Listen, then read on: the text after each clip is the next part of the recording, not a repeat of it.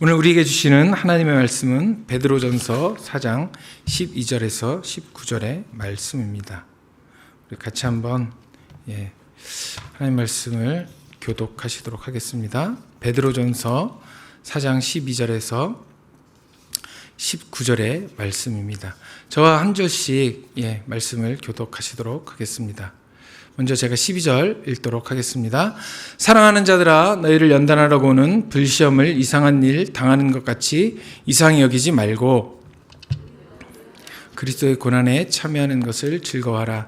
이는 그의 영광을 나타나실 때 너희로 즐거워하고 기뻐하게 하려 함이라. 너희가 그리스도의 이름으로 치욕을 당하면 복 있는 자로다. 영광의 영 곧 하나님의 영이 너희 위에 계심이라. 너희 중에 누구든지 살인이나 도둑질이나 행악이나 남의 일을 간섭하는 자로 고난을 받지 말려니와. 만일 그리스도인으로 고난을 받으면 부끄러워하지 말고 도리어 그 이름으로 하나님께 영광을 돌리라. 하나님의 집에서 심판을 시작할 때가 되었나니 만일 우리에게 먼저 하면 하나님의 복음을 순종하지 아니하는 자들의 그 마지막은 어떠하며, 또 의인이 겨우 구원을 받으면 경건하지 아니한 자와 죄인은 어디에 서리오. 그러므로 하나님의 뜻대로 고난을 받는 자들은 또한 선을 행하는 가운데 그 영혼을 미쁘신 창조주께 의탁할지어다. 아멘. 베드로전서 4장 12절에서 19절의 말씀을 가지고 고난을 대하는 그리스도인이라는 제목을 가지고 여러분에게 하나님 말씀 전하도록 하겠습니다. 지금 우리는 새벽마다 베드로전서를 묵상하고 있습니다. 베드로전서를 관통하는 주제가 있습니다. 바로 고난입니다. 이 길지 않은 서신에 고난이라는 단어가 무려 21번이나 언급되고 있습니다. 베드로전서가 다루는 고난은 오늘 본문 15절에 나오는 것처럼 본문 15절에 이렇게 말씀합니다. 너희 중에 누구든지 살인이나 도둑질이나 악행이나 남의 일을 간섭하는 자로 고난을 받지 말려니와. 이런 고난이 아닙니다. 이런 고난은 스스로 자처한 고난입니다. 15절의 고난은 당연히 본인이 감내해야 할 고통입니다. 하지만 오늘 본문이 언급하고 있는 고난은 초기 그리스도인들이 복음 때문에, 예수 그리스도 때문에 당할 수밖에 없는 참기 어려운 상황에 관한 말씀입니다. 지금 우리가 처한 상황에서 초기 1세기 그리스도인들이 당했을 고난의 정도를 이해하기는 참 어렵습니다. 아무리 우리가 심각한 고난을 받는다고 할지라도 복음 때문에, 예수 때문에 수시로 배척당하고 심지어 목숨을 위협받는 일은 우리에게 드물기 때문입니다. 이에 비해 당시 그리스도인들은 정말 많이 오해받고 모욕을 받고 매를 맞고 또 가진 방법으로 죽임을 당했습니다. 고대 전승에 따르면 사도 베드로도 로마에서 죽임을 당했습니다. 베드로전서에서 베드로사전은 이런 박해가 본격적으로 전개되는 시대 상황을 염두에 두고 고난이라는 것을 그렇게 언급했습니다. 하지만 거기에서 그치지 않고 고난이란 그리스도를 따르고자 하는, 그리스도의 삶의 방식을 살고자 하는 모든 이가 감내해야 할 삶의 방식이자 목적이 된다는 사실을 베드로전서는 강조하고 있습니다. 그래서 많은 그리스도인들이 고난을 당하기도 했고, 그리고 그 고난에 대해서 많은 말들을 쏟아내었습니다. 그 중에서 필립 얀시라는 사람은 이렇게 말했습니다. 고난이란 하나님의 선물, 그러나 아무도 원하지 않는 선물, 이런 말을 했습니다. 성경이 말씀하시는 고난을 아주 명쾌하게 관통하고 있는 한마디가 아닐까 싶습니다. 그러면 고난 속에 숨겨진 하나님의 선물은 무엇일까요? 하나님께서는 왜 아무도 원하지 않는 그 선물을 주시려고 하실까요? 여기에 대하여 C.S. 루이스라는 기독교 작가는 이렇게 말합니다. 고난은 하나님의 메가폰이다. 고난을 통해서 하나님께서 무엇인가를 말씀하고자 하시는 하나님의 확성기가 바로 고난이라고 C.S. 루이스는 이야기합니다. 하나님께서 고난을 통해서 하나님의 말씀을 성도인 우리들에게 더 잘 들려주시기 위해서 고난을 허락하신다는 말입니다. 이것이 바로 고난입니다. 하나님의 선물이자 하나님의 말씀을 더 잘 들리도록 하나님께서 우리에게 허락하시는 것이 바로 고난입니다. 그러면 그리스도인으로서 오늘 이 땅을 살아가는 우리에게 하나님의 선물이자 확성기인 고난을 우리는 어떻게 감내해야 할까요? 고난을 대하는 그리스도는 어떤 생각과 자세를 가져야 할까요? 오늘 말씀을 통해 고난을 주시는 하나님의 말씀을 듣기 위해 그리스도인 우리는 어떻게 그 고난을 대해야 하는지 하나님의 말씀을 전하도록 하겠습니다. 먼저 첫 번째로는 오늘 본문 16절의 말씀처럼 부끄러워하지 말라입니다. 고난 앞에서 당당하라고 말씀하십니다. 본문 16절은 이렇게 말씀하십니다. 만일 그리스도인으로 고난을 받으면 부끄러워하지 말고. 우리가 그리스도인으로 살기 때문에 즉 예수 그리스도의 가르침대로 살기로 작정했기 때문에 주께서 세우신 가치를 가지고 우리가 그것을 실천하고자 하기 때문에 고난을 받으면 부끄러워하지 말라고 하십니다. 여기서 그리스도인이라 하는 단어가 성경에 3번이 나옵니다. 사도행전에서 2번, 그리고 오늘 베드로전서에서 1번. 이 그리스도인이라는 이 낱말이 당시에는 예수쟁이라는 경멸의 언어로 쓰였습니다. 지금도 익명의 사람들이 이렇게 단체로 있는 그 카톡방에 들어가면 교회 얘기만 나오면 욕을 하고 비방을 그렇게 많이 하는 것을 종종 볼 수 있습니다. 저도 그 익명의 사람들이 모여있는 카톡방에 몇 개 들어가 있는데 교회 얘기만 나오면 그렇게 욕을 하더라고요. 아무 이유도 없이.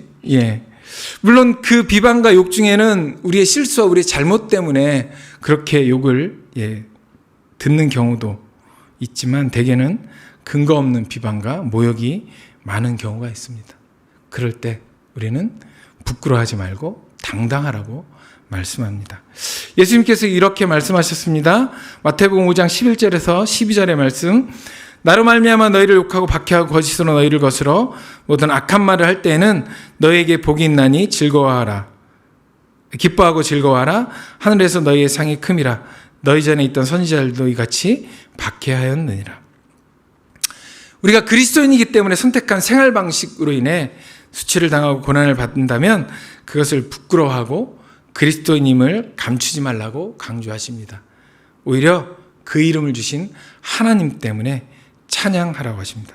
왜냐하면 그 이름 때문에 하나님께서 우리에게 복을 주시기 때문입니다. 주말에 제가 교회에 잠깐 들렸습니다. 여름 성경학교 준비를 하느라고 주말에 교회를 잠깐 들렸다가 가까운 정자동 이마트에 갔습니다. 그런데 어떤 분이 주차장에서 대뜸 저한테 안녕하세요 인사를 하시는 겁니다. 그래서 저는 순간 굉장히 당황했습니다. 그래서 그 상황 아시죠? 갑자기 누군가 딱 인사하면 그 짧은 순간에 5만 가지 생각을 다 하는 거. 후배인가? 혹은 선배인가? 아니면 예전에 직장 다닐 때 직장 동료인가? 아니면 그때 거래처 사람인가? 온갖 생각을 그 짧은 시간에 했습니다. 그런데 아무리 생각해도 기억이 없습니다. 그래서 정말 죄송하지만 그분께 물었습니다. 혹시 저를 어떻게 아시죠? 그랬더니 그분이 샘물교회 김은동 목사님 아니세요? 깜짝 놀랐습니다. 아차 싶었습니다. 그렇지, 내가 샘물교회 목사이지. 저는 대개 교회에 주일에만 옵니다. 주일에 와서 초등부만 섬깁니다. 평일에는 교단의 총회에서 하는 일을 합니다. 그래서 저는 대개는 천안에 저희 신대원이 있는 천안에 가서 저의 일을 합니다. 그래서 교회에 자주 오지도 않을 뿐만 아니라 가끔 이렇게 귀한 설교의 기회가 주어질 때만 이 단상에 이렇게 쓰는데 낯선 분이 저에게 대뜸 인사를 하니까 제가 깜짝 화들짝 놀랐습니다. 그런데 또 공교롭게도 그때 제가 차 안에서 우리 아이들을 아주 심하게 야단을 치고 있을 때였는데, 만약에 그때 제가 차 밖에서 우리 아이들을 막 야단치고 있었다면 얼마나 민망했겠습니까? 서로 그런 민망한 상황이 있지 않았겠나 싶은데, 아마 그런 민망한 상황이라면 모른 척하고 아마 지나가실 수도 있었겠죠. 종종 그런 상황이 있으면 조심하도록 하겠습니다. 우리는 이렇게 결정적인 순간에 자신이 그리스도인인지 아닌지를 깨닫게 되는 때가 참 많습니다. 세상의 평판이나 금전적인 손해 때문에 그리스도인임을 밝히지 못할 때가 있지 않으십니까? 그 결정적인 순간에 자신이 그리스도인임을 숨기거나 밝히지 못할 때, 그럴 때가 부끄러울 때입니다. 그러나 사도는 본문을 통해 말씀하십니다. 부끄러워하지 말아라. 당당해라. 세상 우리에게 예수 없는 부유함, 예수 없는 우함, 예수 없는 권세를 넌지시 던지며 다가올 때가 참 많습니다. 그래서 때로는 그리스도인으로 인해 당하는 가난보다 부유함을 그리스도인으로 인해 비천해지기보다는 고상하게 살고 싶습니다. 그리고 그리스도인으로 인해 낮아짐보다는 높은 지위와 권세를 추구하고 싶을 때가 참 많이 있습니다. 하지만 부유함보다, 우아한 고상함보다, 권력과 권세보다 예수님 때문에 고난받고, 예수님 때문에 낮아지고, 예수님 때문에 조롱받는 것으로 인해 오히려 당당하라고 오늘 말씀은 우리에게 권고하십니다. 왜냐하면 그 고난은 그리스도인 때문에, 그리스도라는 나의 구원자 때문에 받는 고난이며, 그리스도를 위하여 받는 고난이며, 그리스도께서 완성하신 고난이기 때문입니다. 그래서 사도 바울은 이렇게 빌립보서 3장 8절에서 말씀하십니다. 또한 모든 것을 해로 여김은 내 주 그리스도를 아는 지식이 가장 고상하기 때문이라. 내가 그를 위하여 모든 것을 잃어버리고 배설물로 여김은 그리스도를 얻고. 그래서 우리의 고난이 부끄럽지 않은 이유는 그리스도를 위하여 고난이며 그리스도로 당연히 받는 고난이기 때문입니다. 거기에 더하여 예수 그리스도께서 이기신 고난이기 때문에 이 고난은 전혀 부끄럽지 않고 당당한 것입니다. 세상 사람들이 손가락질하는 고난 앞에서 부끄러워하지 않고 당당한 저와 여러분이 되시기를 예수 그리스도의 이름으로 축복합니다. 아멘. 고난을 대하는 성도의 자세는, 그리스도인의 자세는 어때야 할까요? 두 번째로는 즐거워하라입니다. 고난을 받아들이라고 말씀하십니다. 베드로는 4장 13절 오늘 본문에 이렇게 말씀하십니다. 오히려 너희가 그리스도의 고난에 참여하는 것을 즐거워하라. 이는 그의 영광을 나타나실 때 너희로 즐거워하고 기뻐하게 하려 함이라. 피할 수 없으면 즐기라는 말이 있습니다. 그리스도인의 삶을 향한 말이 아닐까 싶습니다. 왜냐하면 그리스도인에게 고난은 필연적으로 주어지는 것이기 때문입니다. 동시에 당연히 극복해야 할 것이기도 하기 때문입니다. 그래서 오늘 본문에서 고난 속에서 즐거워하라고 말씀하십니다. 죄송한데 이 즐거워하라 이 말씀은 현재 분사로 쓰였습니다. 그러니까 과거에 즐거워하는 게 아니라 현재 지금 계속 즐거워하라는 말씀입니다. 한때의 즐거움이 아니라 앞으로 지속적으로 즐거움을 이야기합니다. 혹시 여러분 마라톤 경기를 한번 보신 적 있으십니까? 42.19km를 뛰는 선수들의 표정 한번 보셨습니까? 제 조카가 마라톤 선수입니다. 그래서 이제 가끔 그 조카를 응원하기 위해서 그 마라톤을 뛰는 그 장소에 이제 가서 응원을 합니다. 표정이 어떨까요? 나 이제 숨 넘어갑니다. 그런 표정으로 뛰죠. 나 힘들다가 아주 역력합니다.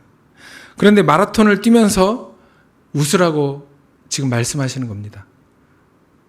광야 같은 인생의 마라톤 길에서 죽을 것 같은 그 고난 앞에서 오늘 말씀은 웃으라고, 즐거워하라고 하시는 것입니다.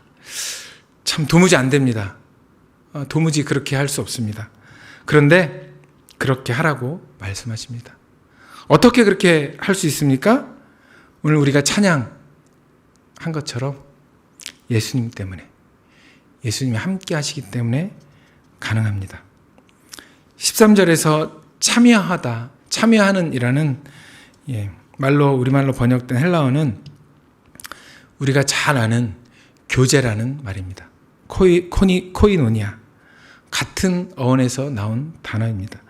그래서 우리가 예수님과 함께 연합된 신분으로 그분과 함께 교제하기 때문에, 그분과 함께 이 고난의 길에서 그분과 함께 동행하고 그분과 함께 연합되고 그분과 함께 동행하기 때문에 우리는 즐거워할 수 있습니다. 그 예수 그리스도께 속했기 때문에 우리는 그 고난 앞에서 즐거워할 수 있습니다. 그러면 우리가 예수님과 어떤 연합된 신분이 되었습니까? 어떻게 연합된 신분이 되었습니까? 그리스도께서 우리를 위해 고난받으셨기 때문에 우리가 그리스도께 속할 수 있습니다. 그리고 우리가 그리스도를 위해 고난받았다는 것은 우리가 그리스도에 속해 있다는 사실을 보증해 주는 것입니다. 그것 자체가 우리 마음의 기쁨입니다. 사실 오늘 본문에서 이 기쁨이라는 것, 즐거워하라는 것은 기쁨의 정도가 이거입니다. 기뻐서 날뛰다. 매우 기뻐하다. 기쁨의 정도가 그냥 나 기뻐, 나 즐거워가 아니라 정말 기뻐서 지난해죠. 월드컵 때 골을 넣어서 온 아파트 단지가 들썩였던 것처럼 그렇게 기뻐서 뛰는 그런 정도로 그 고난 앞에서 기뻐하라는 말씀입니다. 예수님 때문에 그런 진정한 기쁨을 누리시는 우리 성도님들 되시기를 예수님의 이름으로 축복합니다. 그런데 그 기쁨의 때가 언제라고요? 고난 중에. 고난 중에 기뻐하라고 하십니다. 혹시 누구를 좋아해 보신 적 있으시죠? 그럼 결혼하셨겠죠. 저도 좋아해서 결혼했습니다. 지금도 좋아한다고 고백해야겠죠. 좋아하면 따라합니다. 따라다녔죠. 그래서 좋아하면 뭔가 같이 하고 싶습니다. 혹시 커플티를 입어보셨습니까? 저도 신혼여행 갈 때 한 20여 년 전에 입어봤습니다. 커플티를 왜 입죠? 좋아하기 때문에, 사랑하기 때문에, 동질감을 느끼고 싶어서 커플티를 입습니다. 그 동질감을 느끼는 그 자체가 기쁨이기 때문입니다. 고난이 왜 즐거움입니까? 예수님 때문에, 예수님과 동질감을 느끼기 때문에, 그리스도와 같은 고난을 받았기 때문에, 그래서 예수님을 따라하는 예수 따라자기가 되기 때문에 고난은 즐거운 것입니다. 그래서 우리가 그리스도인이라고, 성경에 3번밖에 나오지 않는 그 그리스도인이라는 칭호를 받게 되는 것입니다. 그래서 바울 사도는 이렇게 고백합니다. 골로새서 1장 24절, 나는 이제 너희를 위하여 받는 괴로움을 기뻐하고 그리스도의 남은 고난을 그의 몸된 교회를 위해 내 육체에 채우노라. 그리스도를 위하여 고난을 받고 그의 몸된 교회를 세우기에 그리스도의 고난을 기꺼이 감당하는 것이 기쁨이라고 사도는 고백합니다. 왜 그렇게 합니까? 예수 그리스도를 따라하는 그리스도인이기 때문입니다. 그래서 고난을 즐거움으로 알기 때문입니다. 고난이 즐거운 이유는 또한 그 뒤에 올 하나님의 나라, 그 하나님의 나라에 대한 확신 때문입니다. 그 믿음 때문이기도 합니다. 천국이 어디입니까? 우리 아이들한테 제가 잘 물어봅니다. 초등부 아이들한테 천국이 어디죠? 라고 잘 물어봅니다. 그러면 대부분의 아이들은 이렇게 대답합니다. 죽으면 가는 곳. 조금 과격하게 이야기하는 아이들이 있습니다. 콱 죽으면 가는 곳. 예, 맞습니다. 예, 그런데 또 틀리기도 했습니다. 왜요? 천국은 죽으면 가는 곳이 아닙니다. 천국을 가기 위해서 그럼 우리가 빨리 죽어야 됩니까? 죽으면 가는 곳이면? 그 좋은 나라에 가기 위해서? 아니지 않습니까? 천국은 하나님이 다스리는 이곳. 비록 완전하지 않지만, 온전하지 않지만, 바로 이 땅이 하나님의 나라입니다. 그리고 이 땅 가운데 다시 오실 그 예수님을 소망하며 이 땅에서 복음을 위해, 믿음을 위해 열심히 고난을 받으며 사는 것입니다. 그것이 바로 그리스도인의 삶인 것입니다. 그래서 오늘 찬양처럼 높은 산이, 거친 들이, 초막이나 궁궐이나 내 주 예수 모신 곳이 그 어디나 하늘나라라고 고백할 수 있는 것입니다. 고난이 즐거운 이유는 고난이 예수 그리스도와 연합된 우리의 신분의 증표이기 때문이며, 우리의 고난은 그리스도의 고난에 참여하는 것이기 때문이며, 그리고 우리의 고난은 심판 때 구원받은 자의 표징이며 하나님 나라가 우리에게 예비되었음을 확실히 증거하는 증표이기 때문에 고난은 즐거움입니다. 지금 고난을 겪고 계십니까? 그 고난 가운데 주님께서 여러분과 함께 하시리라 믿습니다. 그 고난과 고통을 먼저 겪으신 주님께서 함께 하시기에 그 고난 가운데 또 그 삶 가운데 그 어디나 하늘나라라는 것을 기억하시고 기꺼이 고난을 감내하며 고난을 즐거워하시는 저와 여러분 되시기를 예수 그리스도의 이름으로 축복합니다. 아멘. 고난을 대하는 성도의 자세는 어때야 할까요? 세 번째입니다. 하나님께 영광을 돌리라입니다. 고난을 통해 하나님 백성으로 완성되어 가기 때문에 고난을 통해 하나님께 영광 돌리라고 말씀합니다. 오늘 본문 4장 16절에 이렇게 말씀하십니다. 그의 이름으로 하나님께 영광을 돌리라. 여기서 본문에 그 이름으로를 성경의 다른 사본에서는 그 일을 위하여로 번역하는 사본들이 있습니다. 그래서 오늘 본문을 그렇게 번역하면 그 일을 위하여 하나님께 영광을 돌리라 이렇게 번역할 수 있습니다. 그 일이 무엇인가요? 그 일. 예. 오늘 상반절에 나오는 만일 그리스도인으로 고난을 받으면 무엇입니까? 바로 고난입니다. 그리스도를 위해 받는 고난은 영광으로 그 영광을 맛본다는 것으로 오늘 본문이 이끕니다. 뿐만 아니라 그 고난으로 또한 하나님께 영광을 돌리게 된다고 말씀합니다.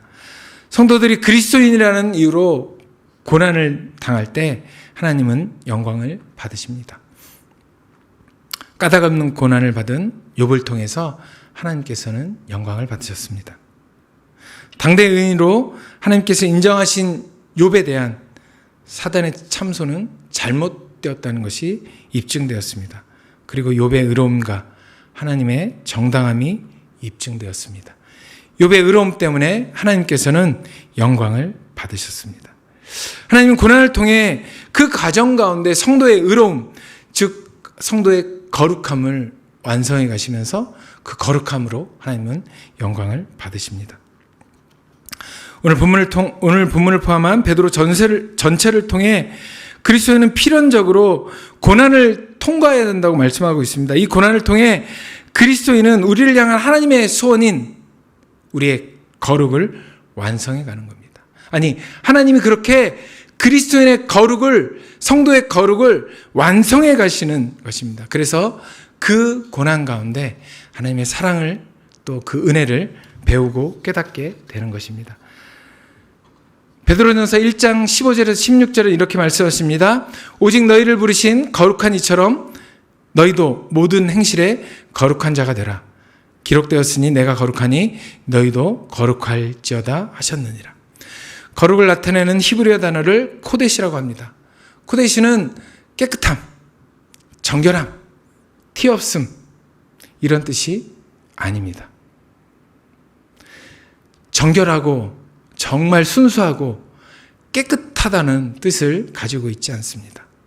성경의 거룩은, 이 코데시라는 단어는 더러움과 분리된, 구별된이라는 뜻을 가지고 있습니다.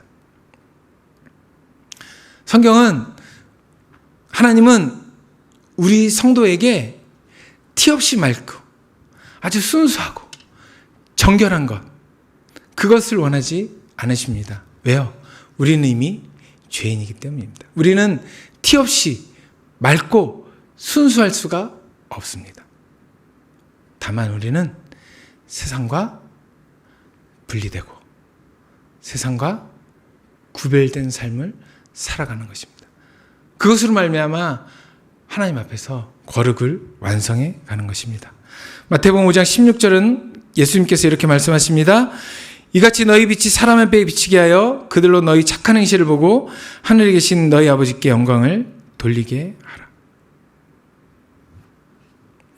하나님과 세상과 구별된 삶을 통해서, 그 구별된 삶을 통해서 거룩한 하나님의 백성으로 드러나는 것입니다. 그 드러남을 통해서 하나님께 영광을 돌리는 것입니다. 이것이 바로 고난을 대하는 성도의 자세입니다. 그 과정은 그렇게 녹록하지 않습니다. 세상과 구별된 삶을 통해 하나님의 자녀로, 하나님의 백성으로, 그리스도인으로 살아가는 것은 힘들고 고되고 고통스럽습니다. 그런데 우리만 고통스러운 것이 아니라 그 과정을 지켜보시고 그 과정 가운데 함께 하시는 하나님도 고통스러우십니다. 우리 앞에 먼저 고난받으셨고 우리 앞에 먼저 고통받으셨기 때문입니다.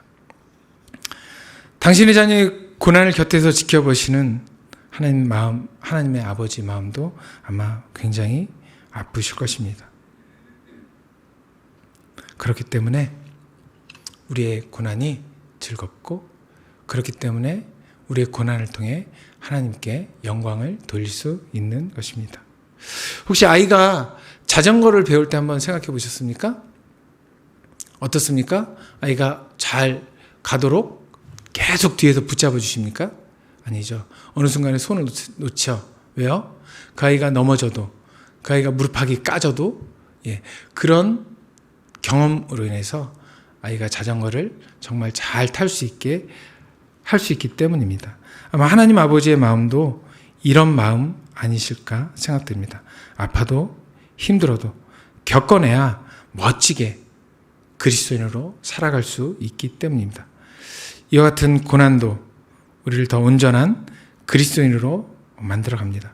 고난으로 인해 더 성숙한 그리스도인으로 단련되고 자라가는 것입니다. 고난을 통해 점점 더 세상과 구별된 거룩한 하나님 백성으로 완성되어 가며 결국은 욥처럼 이 땅 가운데서 하나님의 하나님 되심을 증명하고 하나님께 영광 돌리는 것이 바로 성도의 고난입니다. 고난을 통해 하나님 백성으로, 그리스도인으로 완성되어 가고 하나님께 영광 돌리는 저와 여러분이 되시기를 예수 그리스도의 이름으로 축복합니다. 말씀을 정리하겠습니다. 고난은 기독교인이, 그리스도인이 이 땅을 살아갈 때 결코 피할 수 없는 환경입니다. 이유를 알든 모르든 그리스도인은 삶의 고통, 그 고난을 계속적으로 겪을 수밖에 없습니다. 사도 바울은 빌보서 1장 29절에서 이렇게 말씀하십니다. 우리가 하나님의 은혜를 받은 것은 그리스도를 믿을 뿐만 아니라 고난도 받게 하기 위함이라고 말씀합니다. 고난은 그리스도인에게 삶의 환경이고, 또 세상이 하나님의 뜻이 이루어지길 원치 않기 때문에, 그 하나님의 나라가 이 땅에 이루는 것을 세상은 원치 않기 때문에 그리스도인은 당연히 고난을 받을 수밖에 없습니다. 그러므로 하나님의 뜻이 이 땅에, 이 세상에 이루어지길 원한다면 그리스도인의 고난은 결코 피할 수 없고 피하지 말아야 할 것입니다. 오히려 고난을 부끄러워하지 않고 고난 앞에서 당당하며, 또한 고난을 즐거워하며 고난을 통해 하나님께, 그 하나님만이 참 하나님이심을 세상 가운데 나타내고 그 하나님께 영광 돌리시기를 축복합니다. 그리스도인에게 지금 당하는 고난과 고통이 더 구원의 이야기로 연결되어 있고, 고난과 고통에는 의미가 있다는 확신이 있기 때문에 그 절망 가운데서, 그 고통 가운데서, 그 고난 가운데서 좌절하지 않고 선을 행하여 하나님께 영광 돌리는 그리스도인의 삶을 이 땅에서 계속적으로 살아가시길 예수 그리스도의 이름으로 축원합니다. 아멘. 함께 기도하시겠습니다. 기도하시기 전에 우리 찬양, 오직 예수뿐이네 찬양하며 하고 기도하시겠습니다.